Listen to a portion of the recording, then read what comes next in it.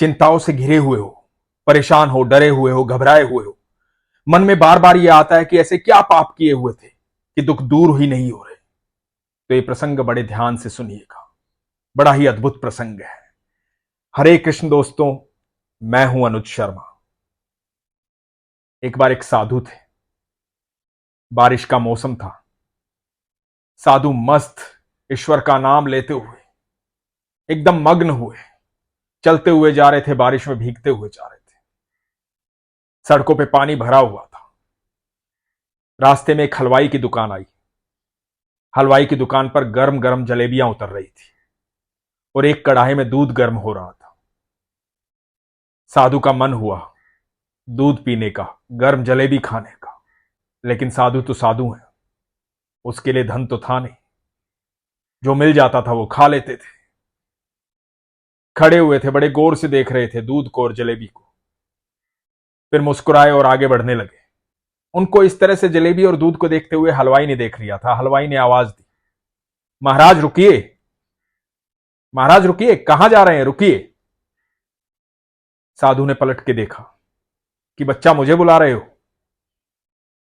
हलवाई ने कहा कि हां महाराज, थोड़ा जलेबी और दूध लेते जाइए, ठंडा मौसम है, बारिश हो रही है, आइए बैठिए, ग्रहण कीजिए। और बड़े प्रेम से हलवाई ने कुछ जलेबियां दी और एक गिलास दूध का दिया। बड़े आनंद से साधु ने जलेबी खाई, दूध पिया, ऊपर वाले की तरफ देखा और धन्यवाद किया कि वाह प्रभु, तेरी अद्भुत माया है। जब भी मन में इच्छा जागृत होती है, इच्छा पूर्ण कर देता है। आज तक कभी ऐसा हुआ ही नहीं कि मन में कोई इच्छा हुई हो और वो पूर्ण ना हुई हो। मेरा ख्याल अपने आप रखता है मेरे प्रभु, तू अद्भुत है प्रभु, तेरे जैसा कोई नहीं। और उस हलवाई का धन्यवाद करते हुए, उसे खूब सारा आशीर्वाद देते हुए साधु आगे बढ़े। अब बारिश रुक गई थी, सड़कों पे पानी भरा हुआ था, मौसम बड़ा आनंददायक था, मनमोहक था। बड़े आनंद में थे साधु। पेट भी भर गया था, जलेबी खाई थी और दूध पिया था, तो बड़े आनंद से मौसम का आनंद लेते हुए आगे आगे बढ़ रहे थे। बार बार उछल रहे थे, भगवान का नाम ले रहे थे। जब उछल रहे थे तो पानी भी उछल रहा था, क्योंकि सड़क पर पानी भरा हुआ था। ऐसे ही उछलते हुए मग्न मस्त आगे बढ़ते जा रहे थे। आगे हुआ यूं कि वो पानी में थोड़ा सा उछले, पीछे एक जोड़ा आ रहा था, एक प्रेमी और प्रेमिका का। जब ये साधु पानी में उछले तो पानी उछल करके प्रेमिका के कपड़ों पर जाके गिरा। प्रेमिका के कपड़ों पर पानी गिरा तो प्रेमी को देख करके बर्दाश्त नहीं हुआ। प्रेमी चिल्लाया साधु पर, देखकर चल नहीं सकते, क्या उछल रहे हो बुढ़ापे में, शर्म नहीं आती, सारे कपड़े खराब कर दिए इसके। प्रेमिका ने प्रेमी को रोका कि कोई बात नहीं, बस घर तो पहुंचने वाले हैं, कोई बात नहीं, वो अपनी मस्ती में मस्त थे। प्रेमी फिर चिल्लाया। प्रेमी ने कहा कि नहीं, ऐसे कैसे मस्ती में मस्त थे, ध्यान देना चाहिए, दिखाई देना चाहिए। तो साधु महाराज ने कहा कि मैं तो भजन करता हुआ चलता जा रहा था, मुझे नहीं पता था कि तुम लोग पीछे आ रहे हो, तो ध्यान नहीं रख सकते, उछलते जा रहे हो, बच्चे हो तुम, बच्चे जैसा व्यवहार कर रहे हो, शर्म नहीं आती तुम्हें। तो साधु एकटक उसे देख रहा था और ऊपर वाले की तरफ देख करके मुस्कुरा रहा था। यह मुस्कुराहट उस प्रेमी से देखी नहीं गई। उसने एक थप्पड़ जोर से साधु को मारा। साधु बुजुर्ग था, एक जवान का थप्पड़ खा के सहन नहीं कर पाया और नीचे गिर गया। नीचे पानी में गिरा, सारे कपड़े कीचड़ में सन गए, कपड़े गीले हो गए। और यह देख करके प्रेमी ने अपनी प्रेमिका से कहा कि अब पता लगेगा इसे कपड़े खराब होना क्या होता है। ये सारा वाक्या वहां खड़े लोग देख रहे थे, लेकिन कोई बीच में नहीं आ रहा था, सब चुपचाप खड़े थे। प्रेमी ने अपनी प्रेमिका का हाथ पकड़ा और चल दिया। इधर प्रेमी और प्रेमिका तो आगे बढ़ लिए, और इधर जो साधु जमीन पर गिरे हुए थे, पानी में गिरे हुए थे, ऊपर आसमान की तरफ देख करके भगवान से कह रहे हैं, वाह प्रभु, बड़ी अद्भुत माया है तेरी। अभी गर्मा गर्म जलेबियां दी थी और अब गर्मा गर्म चाटा दे दिया।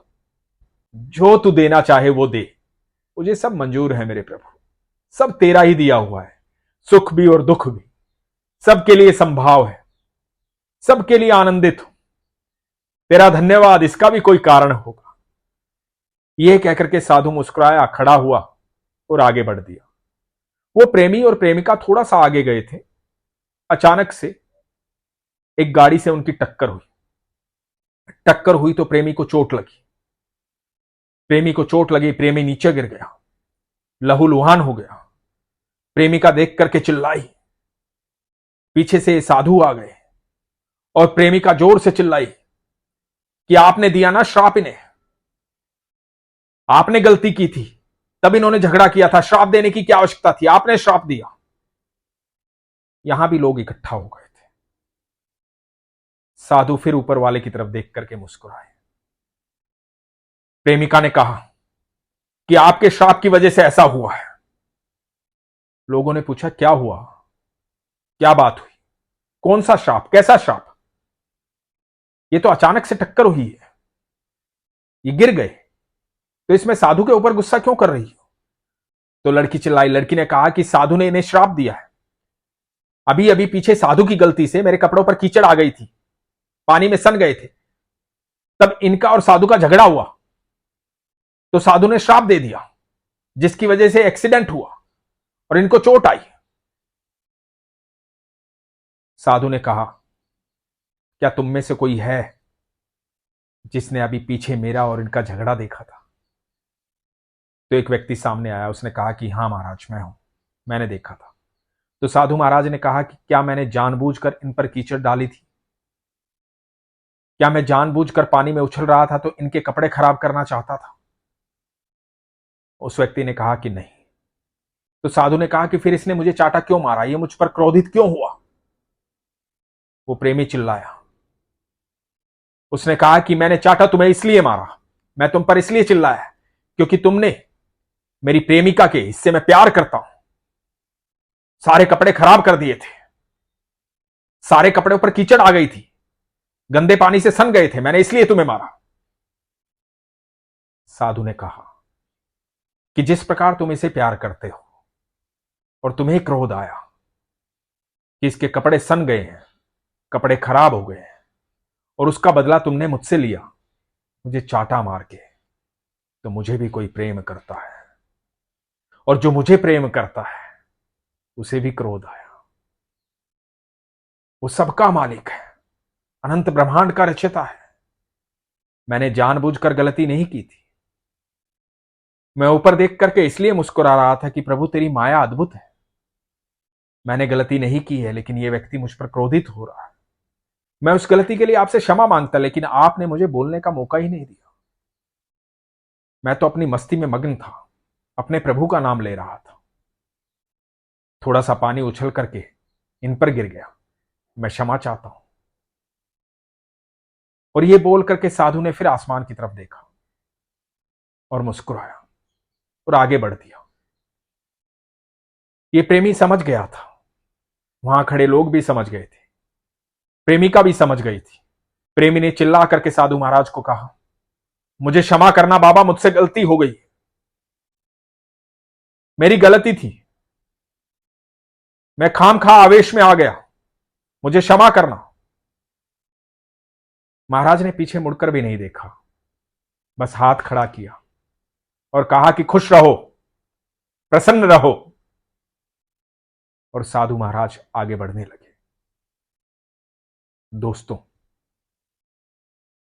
हमें क्यों लगता है कि हम इतनी चिंताओं में घिरे हुए हैं, इतने दुखों में घिरे हुए हैं? ऐसे कौन से कर्म किए थे जो दुख साथ ही नहीं छोड़ रहे? बार बार अपने अंदर दोष क्यों निकालते हो, परेशान क्यों होते हो? क्योंकि सारी चिंताएं अपने सर पर लेकर चल रहे हो, सारे दुखों की जिम्मेदारी अपने सर पर लेकर चल रहे हो। उन दुखों को, उन चिंताओं को छोड़ दो, निश्चिंत हो जाओ। कैसे निश्चिंत हो जाओगे? जब कोई तुम्हारा प्रेमी हो जाएगा, जब तुम किसी के प्रेमी हो जाओगे। कौन है वो प्रेम करने लायक? वही है अनंत ब्रह्मांड का रचयिता, वही ईश्वर, वही है परमेश्वर, वही है सर्वेश्वर। सर्वशक्तिमान। एक बार उसकी शरण में तो आओ, अपनी सारी चिंताओं को उस पर छोड़ तो दो। यकीन मानना, जो तुम्हारा जन्म लेने से पहले तुम्हारे दूध का इंतजाम कर देता है, तुम्हारे लिए माता पिता, दोस्तों, रिश्तेदारों की व्यवस्था कर देता है, उसे तुम्हारी चिंता तुमसे कहीं अधिक है। निश्चिंत हो जाओ, संपूर्ण विश्वास रखो, उससे प्रेम करो, उसके सानिध्य में रहो। जिंदगी में कभी भी दुख नहीं होगा, कष्ट नहीं होगा, हमेशा मन प्रसन्न रहेगा, चेहरे पर मुस्कुराहट रहेगी, सुकून रहेगा। दोस्तों, सच में सुकून पाना चाहते हो, चिंता मुक्त होना चाहते हो, तो एक बार, बस एक बार विश्वास करके देखो। एक बार मन से श्री कृष्ण बोल के देखो। पुकारो अपने ईश्वर को, पुकारो भगवान श्री कृष्ण को। वो हर पल तुम्हारे साथ है, बस तुम्हारी पुकार सुनना चाहते हैं। वो हर पल तुम्हारा साथ देना चाहते हैं, पर चाहते हैं कि तुम अपने साथ के लिए उन्हें पुकारो। वो चाहते हैं हर क्षण तुम्हारा हाथ पकड़ के तुम्हारे साथ चले, पर चाहते हैं कि तुम हाथ बढ़ाओ।